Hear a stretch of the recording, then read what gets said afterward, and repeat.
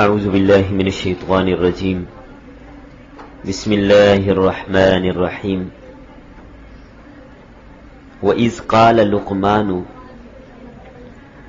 اور جس وقت کہا حضرت لقمان نے لِابْنِهِ، اپنے بیٹے کو، وَهُوَ يَعِظُهُ، اور وہ اسے نصیحت کر رہے تھے، یا بنیا، اے میرے بیٹے، لا تشرک باللہ، نہ شرک کرنا اللہ کے ساتھ، ان الشرک لظلم عظیم، بے شک شرک البتہ بڑا ظلم ہے، ووصینا الانسان، اور ہم نے تاکیدی حکم دیا انسان کو، بوالدیہ، اس کے والدین کے بارے میں، حملتہ امہ، اٹھایا اس کو اس کی ماں نے، وہنن علی وہنن، کمزوری پر کمزوری، وفصالہ، اور اس کا دودھ چھوڑانا، فی عامین، 2 سالوں میں، انشکر لی، یہ کہ میرا شکر ادا کرو، ولی والدیک، اور اپنے ماں باپ کا، الی المصیر، میری طرف ہی لوٹنا ہے،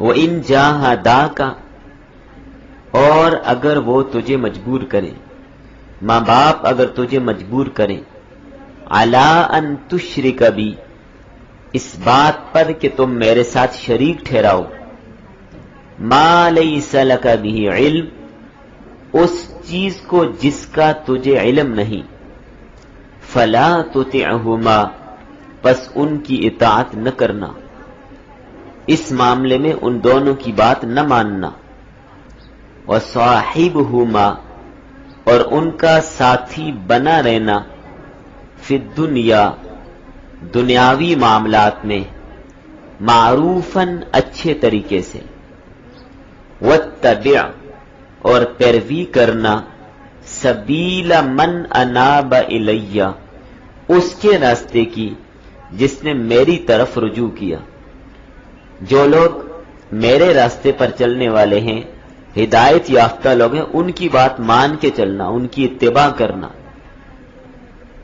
ثم الی مرجعکم، پھر میری طرف تمہارا لوٹنا ہے، فانبئکم، پس میں تمہیں خبر دوں گا، بما کنتم تعملون، ان کاموں کی جو تم کرتے تھے، بس۔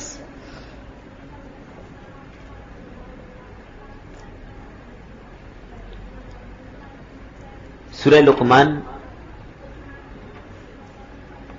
آج کے سبق کا جو عنوان ہے، حضرت لقمان کی اپنے بیٹے کو نصیحتیں، 7واں درس ہے، اور حقوق والدین۔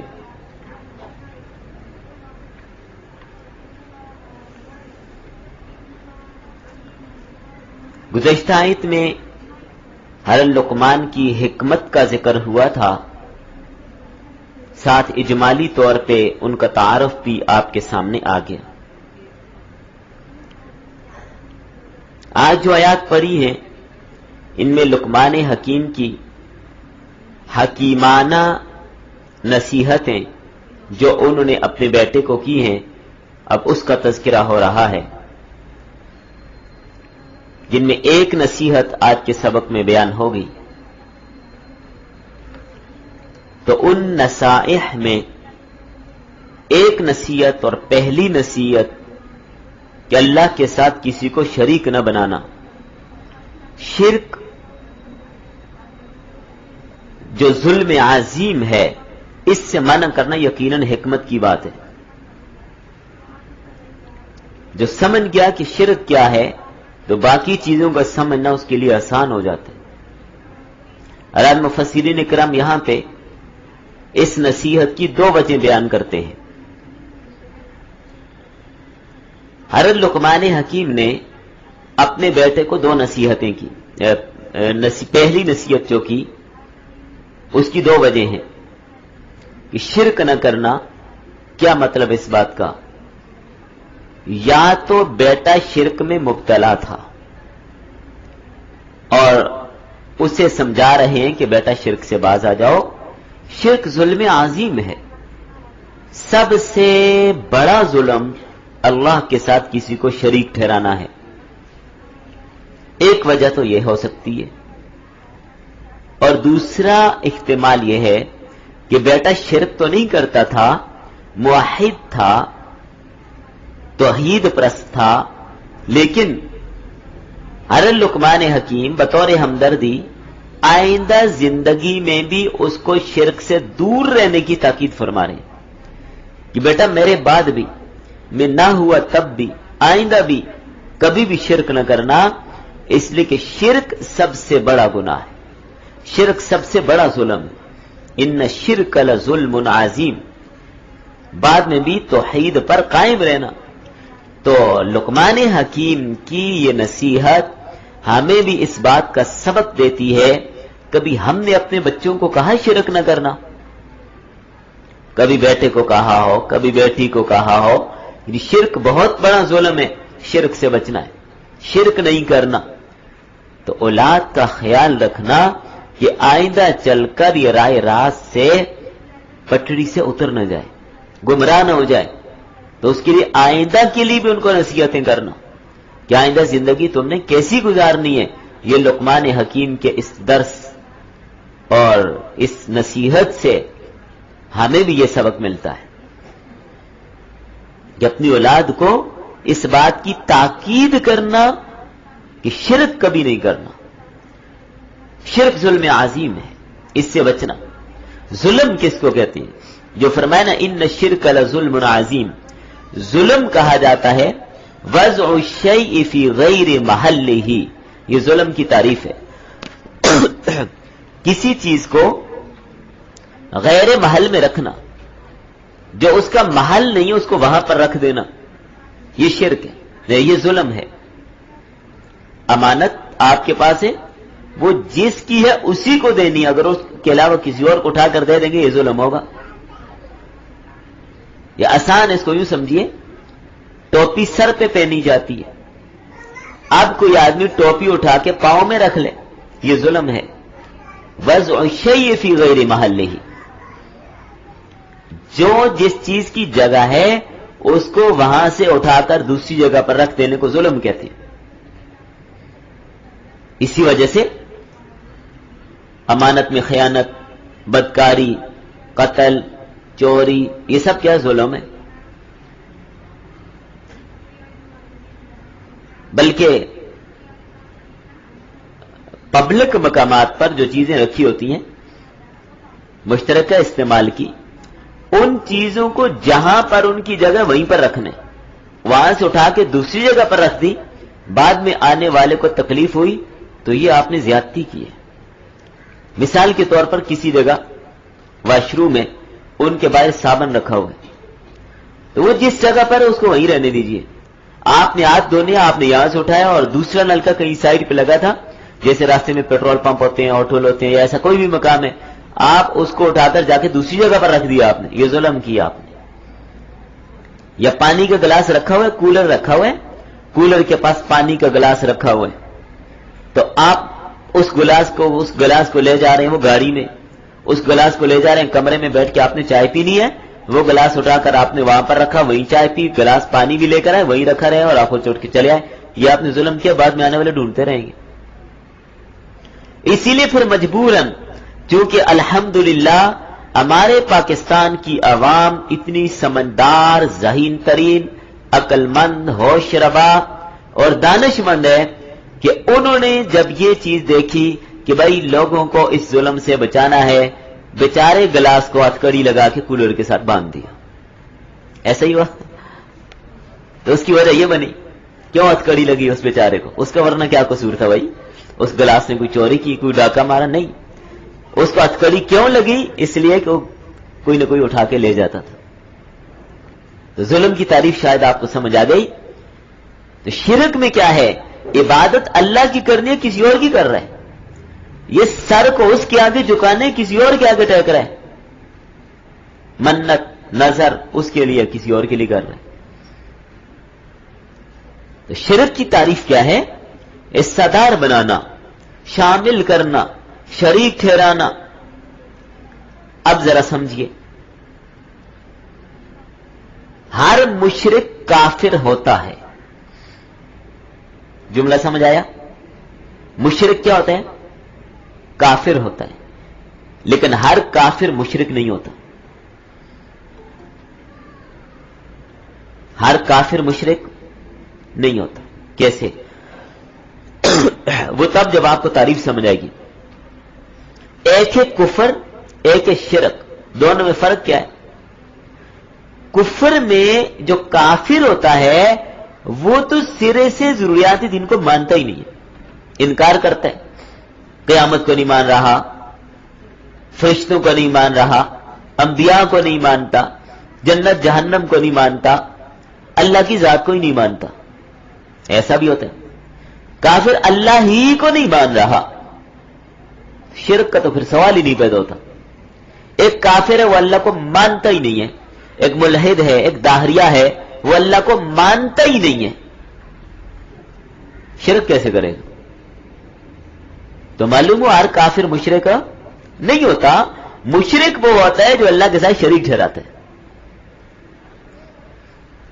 تو کفر کی تعریف ہوئی. ایک ہوتا ہے نفاق. نفاق ہوتا ہے ظاہر میں تو اقرار کرتا ہے لیکن دل سے انکار کرتا ہے. کافر ظاہر و باطن سے انکار کرتا ہے، اور منافق ظاہراً کہتا ہے میں مومن ہوں، مسلمان ہوں، لیکن اندر سے انکار کرتا ہے. زبان سے کہتا ہے میں اللہ کو مانتا ہوں، زبان سے کہتا ہے میں نبی کو مانتا ہوں، زبان سے کہتا ہے میں کلام اللہ کو مانتا ہوں، زبان سے کہتا ہے میں جنت جہنم کو مانتا ہوں، لیکن دل سے مانتا، دل سے انکار. زبان سے اقرار، دل سے انکار. یہ ہے منافق. اور مشرک کون ہوتا ہے؟ شرک کیا ہے؟ کوئی شخص اللہ کی ذات کا انکار تو نہیں کرتا، مانتا ہے کہ اللہ ہے، مانتا ہے کہ زمین اس نے بنائی، مانتا ہے کہ آسمان اس نے بنایا، مانتے ہیں چاند سورج ستارے اس نے بنائے، یہ بھی مانتے کہ ہمارا خالق بھی وہی ہے. لیکن اللہ کی ذات میں، اللہ کی صفات میں، اللہ کی عبادات میں غیر کو شریک کر دیتے ہیں. تینوں کا فرق اب آپ کو سمجھ آ گیا؟ مثلا مجوسی دو خدا مانتے ہیں، ایک اہرمن، ایک یزدان، ایک کو خدائے خیر، ایک کو خدائے شر. ہندوؤں کے ہاں ان میں مختلف مذاہب میں جو سناتن دھرمی فرقہ ہے ان کا عقیدہ یہ ہے کہ خدا تین ہے. ایک خدا پیدا کرتا ہے، دوسرا خدا قائم رکھتا ہے، تیسرا فنا کرتا ہے. یعنی ہر ایک کی اپنی اپنی ڈیوٹی ہے. کسی کا مائک آنے بند کر دیجیے. عیسائیوں کا بھی یہی نظریہ ہے. گویا کہ ہندوؤں کا یہ والا فرقہ یہی نظریہ رکھتا ہے کہ خدا تین ہے، اور بعض فرقے ہندوؤں کے کروڑوں کی تعداد میں دیوتا مانتے ہیں کہ اس کی یہ ڈیوٹی ہے، اس کا یہ کام ہے، اس کا یہ کام ہے، اس کا یہ کام ہے. آپ دیکھ لیجیے مشرکین مکہ 360 بت بیت اللہ کے اندر انہوں نے سجائے ہوئے تھے. تو کیا اللہ کو نہیں مانتے تھے؟ یہ اللہ کو مانتے تھے، مشرکین کے نہیں مانتے تھے. آپ سورہ یونس میں تفصیلاً یہ بات پڑھائیں ہیں. اللہ کے نام کا صدقہ خیرات بھی کرتے تھے. فصل پک کے تیار ہوتی اللہ کے نام کا ایسا بھی نکالتے تھے. کشتی میں سوار ہوتے کس کو پکارتے؟ ابھی ابھی آپ نے پڑھا. کشتی میں سوار ہوتے کس کو پکارتے؟ اللہ کو پکارتے. ان کو پتہ ہے کہ اب ہمیں بچانے والا اور یہاں پہ کوئی نہیں ہے. تو معلوم ہے مشرک اللہ کو مانتا ہے، اللہ کا منکر. آج کل کے زمانے میں بعض لوگ شرک بھی ہو جی ہم تو اللہ کو مانتے. تو بھئی ہم نے کب کہا کہ مشرک اللہ کو نہیں مانتا؟ مشرک اللہ کو مانتا ہے لیکن اللہ کے ساتھ شریک ٹھہراتے ہیں.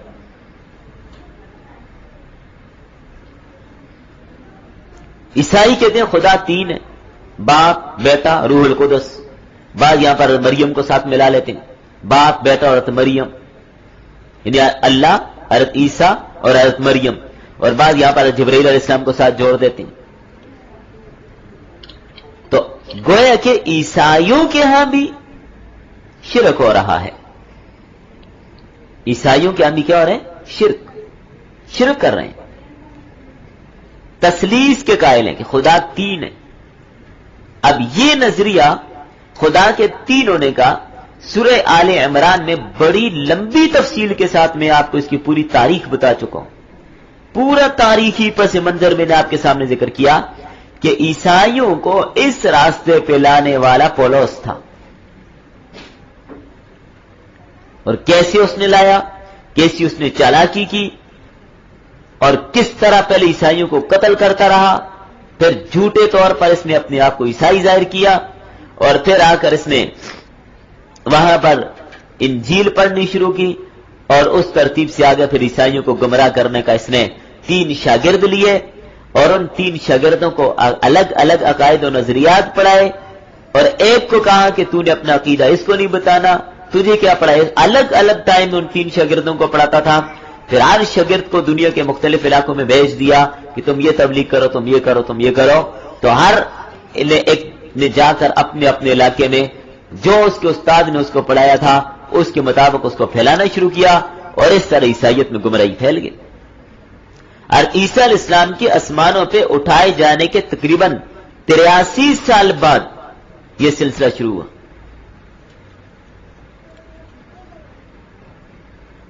تو یہ ہے عیسائیت کے ہاں ان کا نظریہ اور ان کا موقف جو یہودیت نے ان کو دیا ہے. عیسائیوں کا اپنا نظریہ یہ نہیں تھا، اور اسی سے پھر آگے ان کا سلسلہ چل پڑا. فرقہ نستوریہ ہو، یعقوبیہ ہو یا ملکانیہ ہو، تینوں فرقوں کا الگ الگ نظریہ، الگ الگ موقف. یہ سارے موقف میں آپ کو پہلے بتا چکا ہوں، ابھی تفصیل میں جائیں گے تو یہ والا سبق رہ جائے گا. آگے پھر مزید کسی مقام پر اس کا مزید تذکرہ ہو جائے گا. تو عیسائی کہتے ہیں کہ خدا 3 ہے، باپ، بیٹا، روح القدس، یا بعد مریم کو ساتھ ملاتے ہیں. تو وہ کہتے ہیں تینوں مل کر ایک ہے اور ایک مل کر 3 ہے. یہ پتہ نہیں کہاں سے کون سی منطق ہے.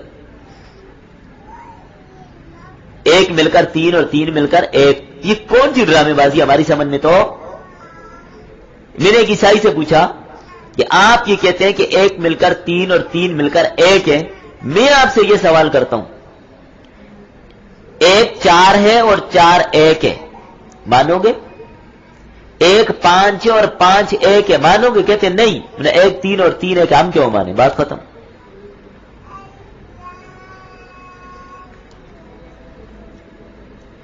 شرک کی ایک قسم یہ بھی ہے، کوئی آدمی مخلوق میں سے کسی کو اللہ کے ساتھ، اللہ کی کسی خصوصی صفت کے ساتھ خاص کر دیں، یہ بھی شرک ہے. جیسے مثال کے طور پر بعض لوگوں نے شرک کو محدود کر دیا کہ یہی کام شرک ہوتا ہے. نہیں بھائی، اللہ کی صفت ہے بکل شیء علیم، ہر چیز کو جاننے والا. اب اگر کوئی بندہ کسی دوسرے بندے کے بارے میں یہ نظریہ رکھے کہ وہ بھی ہر چیز کو جانتا ہے، کیا یہ شرک نہیں ہوگا؟ اسی طرح اللہ کی صفت ہے انہ بکل شیء محیط، ہر چیز کا احاطہ کرنے والا ہے. کوئی کہے نہیں جی فلاں بندہ بھی ہر چیز کا احاطہ کرنے والا ہے، کیا یہ شرک نہیں ہوگا؟ اللہ کی صفت ہے اللہ خالق کل شیء، ہر چیز کا خالق کون ہے؟ اب کوئی کہے کہ جی فلاں فلاں بندہ بھی یہ کام کر سکتا ہے، چاہے وہ اللہ کا کتنا بڑا کوئی نیک ولی کیوں نہ ہے، وہ بھی یہ کام کر سکتا ہے، تو کیا یہ شرک نہیں ہوگا؟ کائنات کے تمام امور کا مدبر کون ہے؟ فالمدبرات امرا. اگر کوئی آدمی کہے جی فلاں صاحب بھی یہ کام کرتے ہیں، کیا یہ شرک نہیں ہوگا؟ سب شرک میں داخل ہے. اللہ کی ذات میں شریک ٹھہرائے تب، صفات میں شریک ٹھہرائے تب، عبادات میں شریک ٹھہرائے تب مشرک ہوگا. لیکن بھائی فرات اتنا اچھا آدمی، اس کو آپ مشرک کہتے ہیں؟ بھائی خدا کے بندے مشرک کوئی بھینس ہوتی ہے، کوئی گائے ہوتی ہے، بندہ ہی ہوتا ہے. سینگ تھوڑے ہوتے ہیں اس کے، 4 ٹانگیں ہوتی ہیں اس کی. ابو لہب لال سرخ تھا، اتنا خوبصورت تھا کیا؟ مشرک ہی تھا.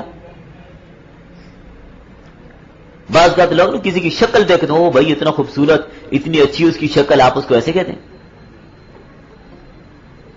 پھر ذرا رخ کیجئے نا ذرا یورپ کا،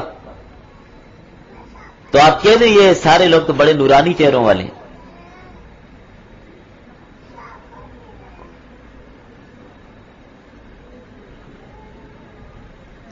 اسی طرح غیر اللہ سے مدد طلب کرنا، فرشتوں سے مدد مانگنا، جنات سے مدد طلب کرنا. مشرکین مکہ ایسے ہی کرتے تھے. جب وہ جاتے تھے ادھر طائف کی طرف یا کہیں پر، تو راستے میں جنات، وہ ایک موقع پر ایسے ہوا کسی بندے کے انہوں نے پیچھے سے کپڑا پکڑا، اس نے مڑ کے دیکھا کوئی بھی نہیں ہے.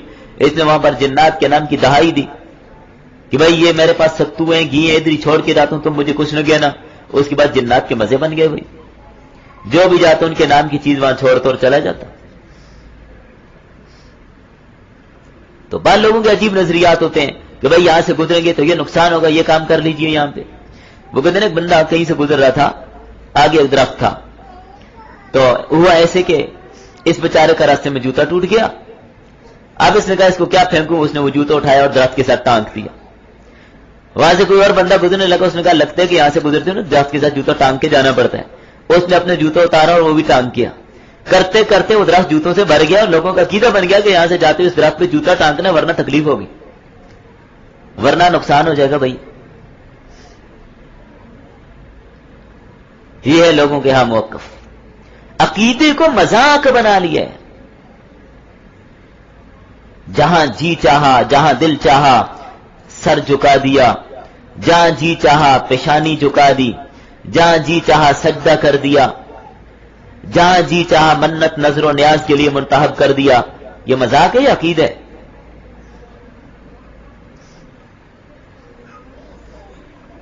تو لقمان حکیم نے اپنے بیٹے کو جو وصیت فرمائی، اور اس میں پہلی بات یہ فرمائی کہ بیٹا خدا کے ساتھ کسی کو شریک نہ بنانا. ان الشرک لظلم عظیم، شرک سب سے بڑا گناہ ہے. شرک سے بچنا، شرک نہ کرنا. اب اگلی بات پہ ذرا غور کیجئے. دیکھیں پہلا حق تو اللہ کا ہے کہ اللہ کے ساتھ کسی کو شریک نہ بنانا. اس کے بعد والدین کا حق ہے، والدین کی فرما برداری. جیسے قرآن کریم میں دوسرے مقام پر فرمایا وَقَضَىٰ رَبُّكَ أَلَّا تَعْبُدُوا إِلَّا إِيَّاهُ، آگے وَبِالْوَالِدَيْنِ إِحْسَانًا، اللہ کے علاوہ کسی کی عبادت نہ کرنا. اللہ نے یہ فیصلہ کر دیا ہے، اور والدین کے ساتھ اچھا سلوک کرنا. اب لقمان حکیم نے اپنے بیٹے کو یہ نصیحت نہیں کی کہ بیٹا والدین کے ساتھ اچھا سلوک کرنا، نہیں. کیوں؟ اس میں ذاتی غرض کا حدیہ تھا کہ اپنی ذاتی کسی مقصد اور غرض کے لیے مجھے یہ نصیحتیں کر رہے ہیں، اور بیچ میں کہہ رہے ہیں والدین کا بھی خیال رکھنا. تو جب والد خود اولاد کو کہتے کہ والدین کا خیال رکھنا، والدین کی فرما برداری کرنا، تو من وجہ ذاتی غرض ہے نا، خود نہیں کہا. اللہ تعالیٰ نے حکم کی تکمیل کے لیے لقمان حکیم کی اس نصیحت کے ساتھ آگے خود فرمایا کہ والدین کے ساتھ بھی حسن سلوک کرنا. وَوَصَّيْنَا الْإِنسَانَ، اللہ فرماتے ہیں ہم نے تاکیدی حکم دیا انسان کو. ایک نصیحت ہوتی ہے، ایک وصیت ہوتی ہے. وصیت کا تعلق زیادہ تاکید کے ساتھ ہوتا ہے. ہم نے والدین کو تاکیدی حکم دیا والدین کے ساتھ اچھا سلوک کرنا.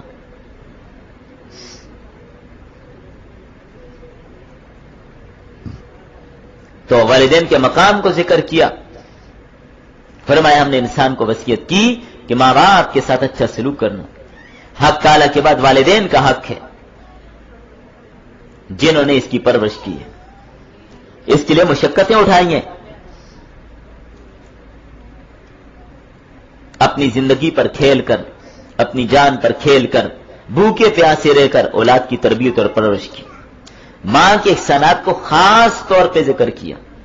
ماں نے اپنے پیٹ میں رکھا، سستی پہ سستی، ناطاقتی پہ ناطاقتی، ضعف پر ضعف کی حالت میں مشقت پہ مشقت اٹھاتی رہی تمہارے وجود کی بقا کے لیے، لہذا ان کے ساتھ بدسلوکی نہ کرنا۔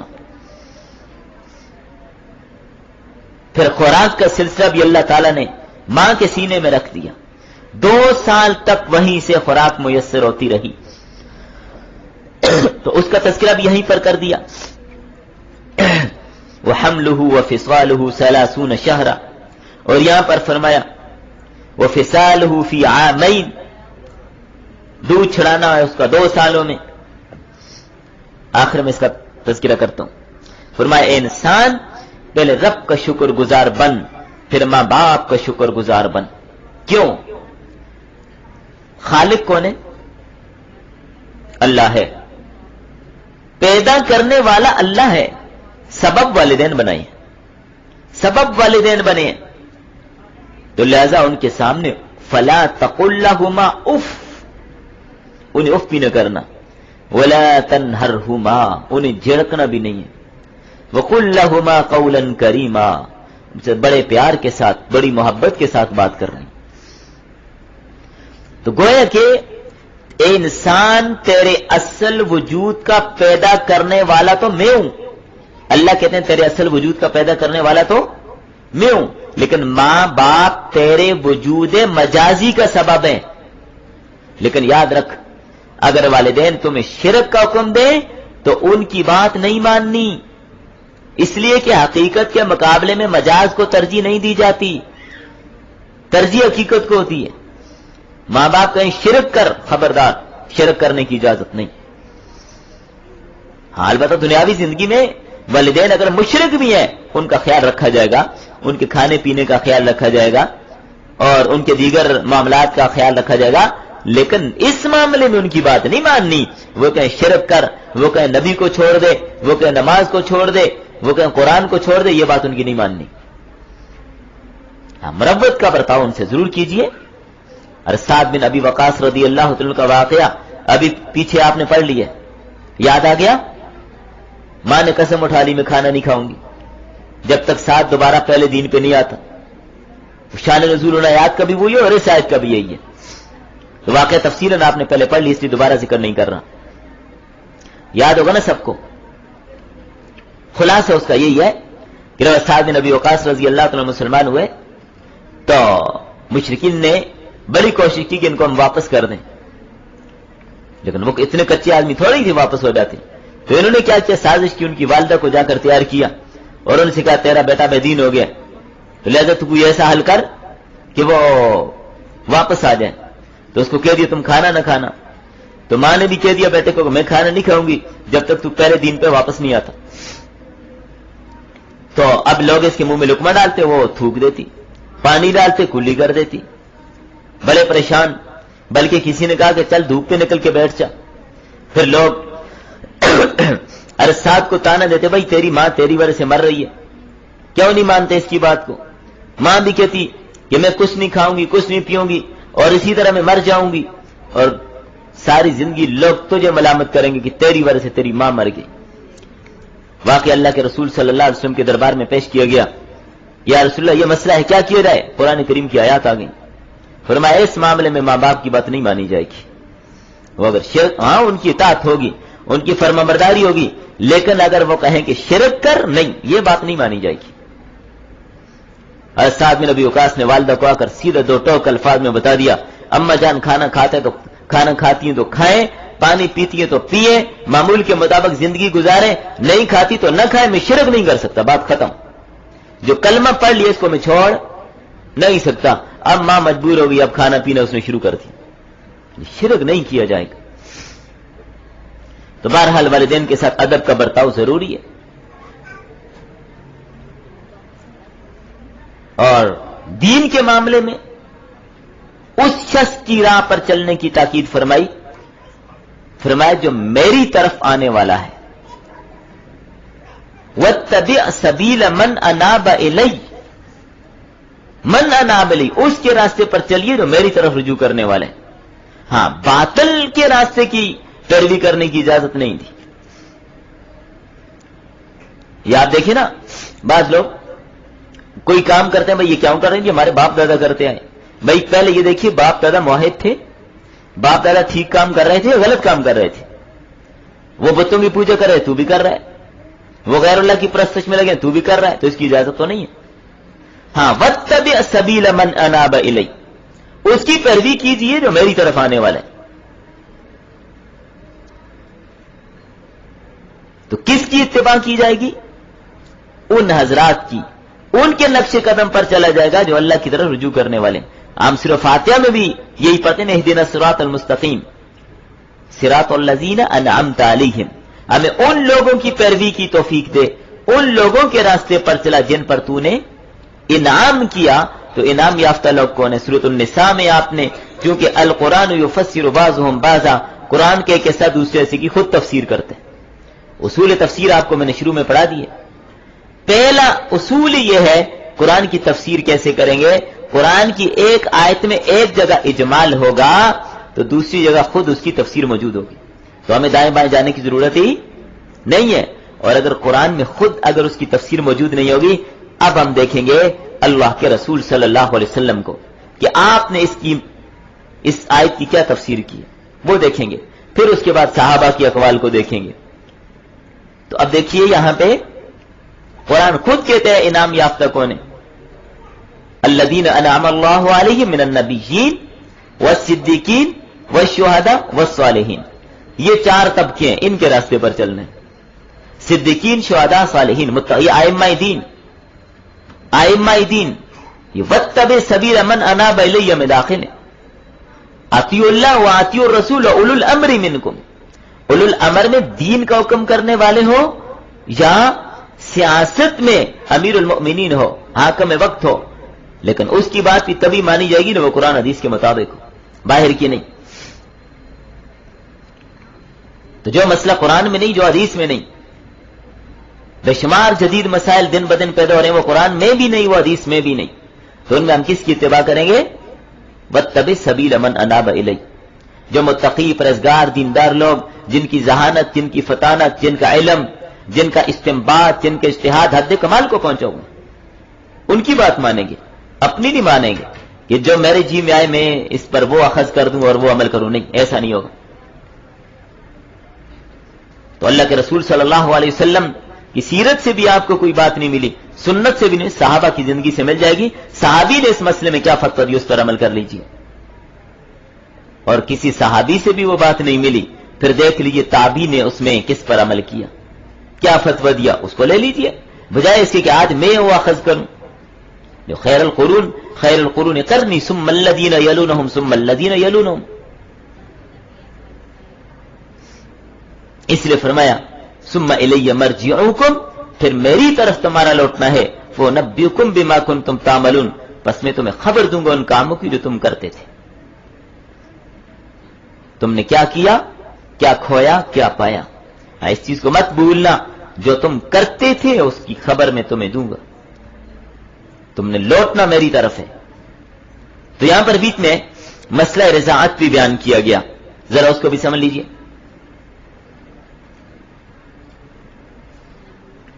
یہ جو فرمایا وَفِصَالُهُ فِي عَامَيْن، اس کا دودھ چھڑانا 2 سالوں میں. دیکھیں سورۃ البقرہ میں اس مسئلے کی تفصیل آپ نے پڑھ لی. اگر ماں باپ بچے کو اپنی مرضی سے 2 سال کی مدت سے پہلے دودھ چھڑانا چاہیں تو چھڑا سکتے ہیں، لیکن سورۃ بقرہ میں آپ کو ایک اصول بتایا گیا تھا کہ اگر پہلے چھڑانا چاہتے ہیں تو ایک دوسرے سے مشورہ کر کے چھڑائیں گے، ورنہ نہیں. کیوں؟ اس لیے ماں نے اپنی مرضی سے بچے کو دودھ چھڑا دیا، بچے کو کوئی مسئلہ بن گیا، بیمار ہو گیا، طبیعت خراب ہو گئی، اب باپ ماں کو ملامت کرے گا کہ تو نے یہ کام کیا، اس وجہ سے یہ ہوا. اور اگر باپ کہے دودھ چھڑوا دو، بیوی کہتے نہیں چھڑاتے، باپ کی مرضی پر تنہا چھڑا دیا، تب بچہ بیمار ہو گیا، کوئی مسئلہ بن گیا، اب بیوی باپ کو کہی تیری وجہ سے یہ ہوا. تو اس لیے اگر 2 سال کی مدت سے پہلے دودھ چھڑانا ہے پھر دونوں کی باہمی مشاورت ضروری ہے. دیکھیں قرآن نے جو اصول دیے، اگر لوگ ان اصولوں کی پابندی کریں لڑائی جھگڑے کے دروازے ہی بند ہو جائیں. ہاں تو اس کا یہ مطلب نہیں ہے کہ 2 سال سے پہلے دودھ چھڑا نہیں سکتے، چھڑا سکتے ہیں، لیکن اس کی انتہائی مدت 2 سال ہے، 2 سال کے بعد پلانے کی اجازت نہیں، بس ختم۔ 2 سال کے بعد دودھ پلانے کی اجازت نہیں۔ تو جب بچہ 2 سال کا ہو گیا اب اس کا دودھ چھڑا دیجیے۔ اور اس میں یہ بھی ذہن میں رکھیے گا کہ جو بچہ 2 سال کی مدت کے اندر اندر دودھ پیتا ہے، اب اس سے مسئلہ رضاعت ثابت ہوگا، رضاعت ثابت ہوگی 2 سال کے اندر دودھ پینے سے۔ 2 سال کی عمر اور چکنے کے بعد اگر کوئی بچہ دودھ پیتا ہے اب رضاعت ثابت نہیں ہوتی، اب یہ بچہ اس عورت کا بیٹا نہیں بنے گا اور وہ عورت اس کی ماں نہیں بنے گی۔ مدت رضاعت کے بعد دودھ پلانے سے یہ محرمات میں سے نہیں بنیں گے ایک دوسرے کے لیے، یاد رکھیے یہ بات۔ جس بچے یا جس بچی نے کسی عورت کا دودھ پیا 2 سال کی عمر میں، اس سے کم میں، اب یہ اس کا رضائی بیٹا رضائی بیٹی بنے گی۔ اب اس عورت کی ساری بیٹیاں اس بچے کے لیے کیا ہوں گی؟ بہنیں، اس کے ساتھ ان کا نکاح نہیں ہو سکتا۔ اس عورت کی بہن اس بچے کی خالہ ہو گئی اور اس عورت کا خاوند اس بچے کا باپ ہوا، رضائی باپ، اور اس کے باپ کی بہن اس کی رضائی پھوپھی بن گئی، اس کے ساتھ اس کی شادی کبھی نہیں ہو سکتی۔ اور ہر اعتبار سے حقیقی الاتی اخیافی، پھوپھیوں بہنوں بیٹیوں جو بھی حقیقی الاتی اخیافی، تینوں نوعیتوں سے، ماں باپ شریک ہو، صرف ماں شریک ہو، صرف باپ شریک ہو، وہ پھوپھی وہ خالہ، وہ اس کی رضائی پھوپھی رضائی خالہ بنے گی۔ اور اس بچے نے جس عورت کا دودھ پیا، اس عورت کی ماں اس کی کیا بنی؟ رضائی نانی، اور اس عورت کے خامن کی ماں اس کی کیا بنی؟ رضائی دادی، لہذا ان کے ساتھ اس کا نکاح نہیں ہو سکتا۔ ہاں یہ ذہن میں رکھیے کہ دودھ پینے والا اگر لڑکا ہے تو اسی لڑکے پر اس عورت کے خاندان میں حرمت پھیل جائے گی، اس عورت کے خاندان میں حرمت پھیلے گی، لیکن لڑکے کے خاندان میں حرمت نہیں پھیلے گی۔ اس لڑکے کی کسی بہن کے ساتھ اس عورت کے کسی بیٹے کا نکاح ہو سکتا ہے کہ نہیں ہو سکتا؟ بالکل ہو سکتا ہے، اس لیے کہ دودھ اس لڑکی کی بہن نے نہیں، اس لڑکے نے پیا، یا اس لڑکے کا کوئی اور بھائی ہے دودھ پینے والا بکر ہے، اس بکر کا بھائی زید ہے جس نے اس عورت کا دودھ نہیں پیا، تو کیا زید اس عورت کی بیٹیوں سے شادی کر سکتا ہے کہ نہیں؟ کر سکتا ہے، اس لیے کہ اس زید نے تو اس عورت کا دودھ نہیں پیا۔